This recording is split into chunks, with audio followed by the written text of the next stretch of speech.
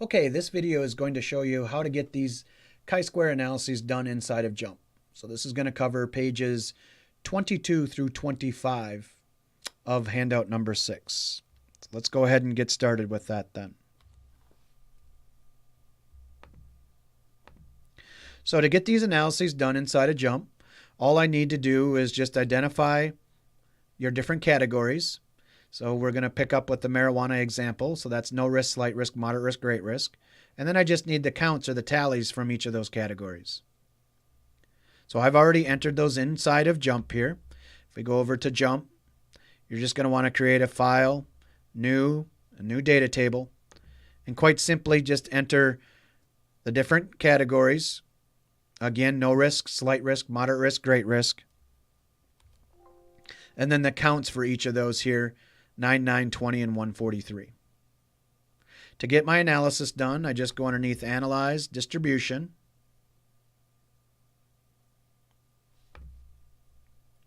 I want to do the analysis on the risk level here.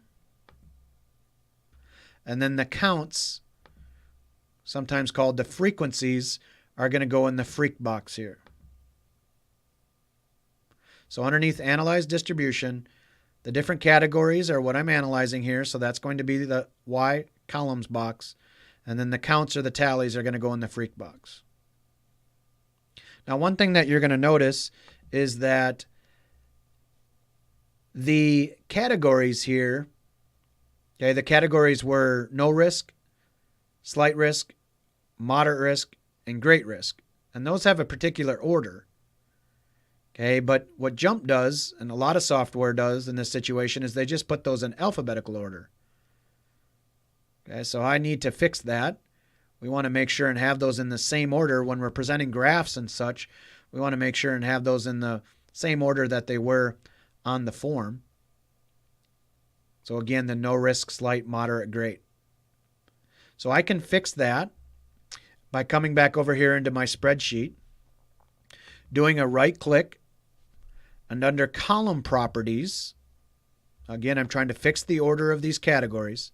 So I do a right click, column properties, and there's one called value ordering. So I want to order those values. That's the one I'm going to want to pick. And then right here in the value ordering box, I can specify the order.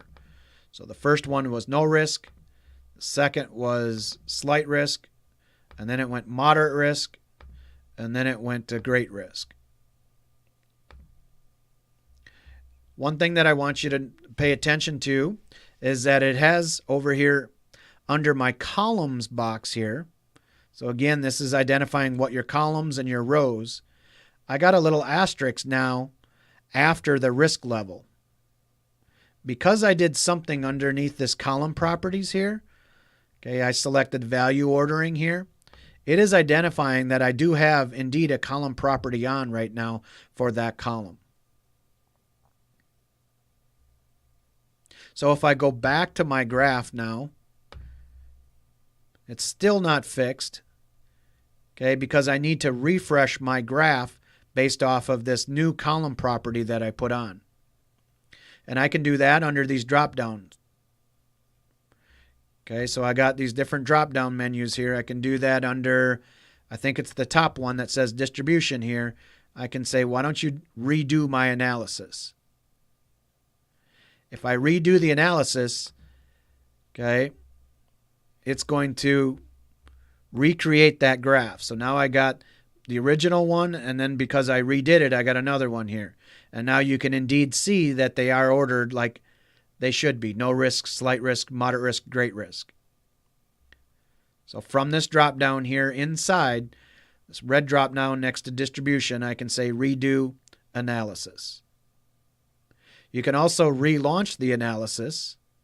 Relaunch is just going to bring that dialog window back up for me, the one that I used to create the graph. So let's go ahead and get rid of the one that's not ordered and use the one here that is ordered.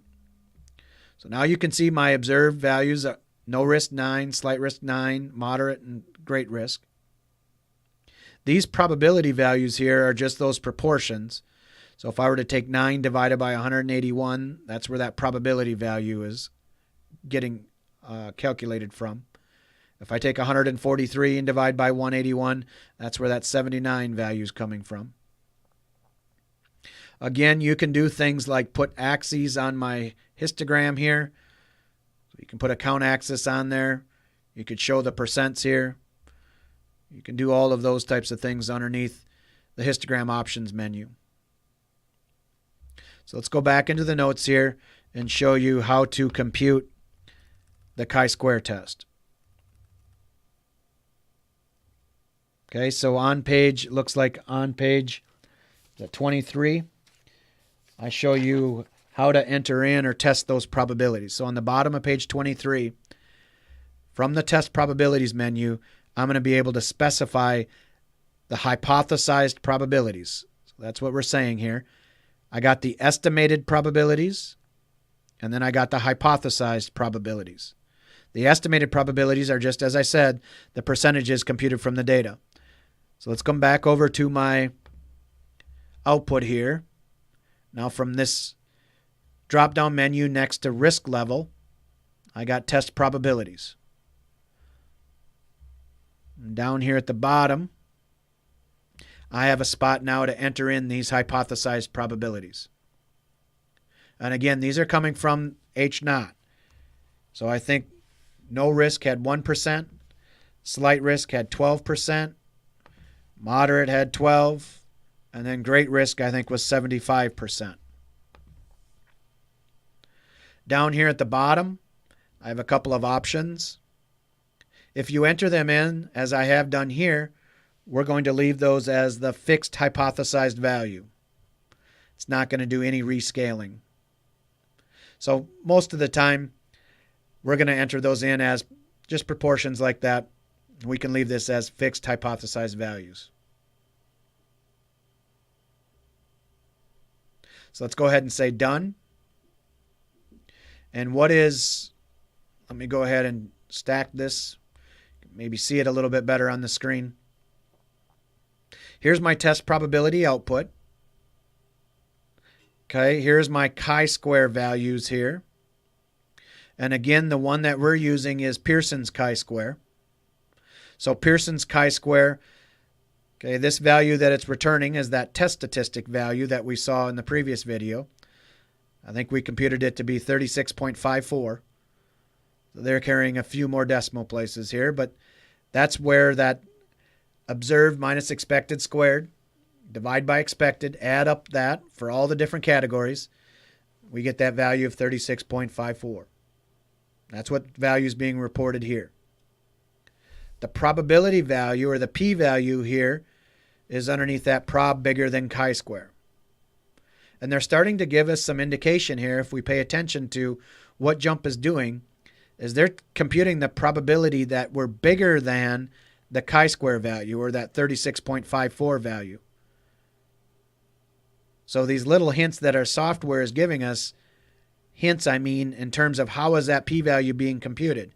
It is computing the p-values to the right of that chi-square value. And that's what we need to do.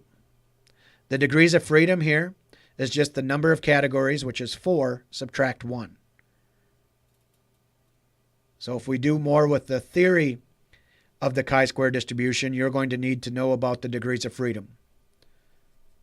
For this simple example, in this chapter or handout number 6 here, okay, we don't really need to worry about what the degrees of freedom are, because we're just, oh, excuse me, the software is giving me the probability value. The software is giving me the p-value. So now we can just take this p-value, go ahead and check it against 0.05 and make our decision. There is another row in here in this table called the likelihood ratio version of this test.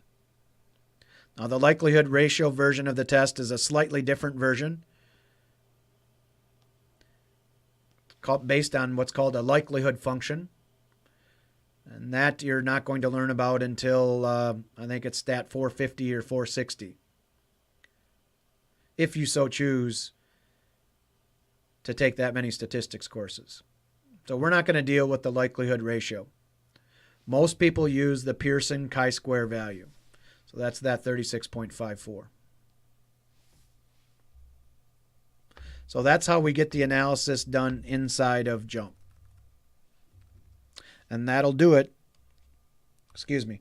That's how we do those analysis inside of Jump, and that'll do it for this video. Thank you.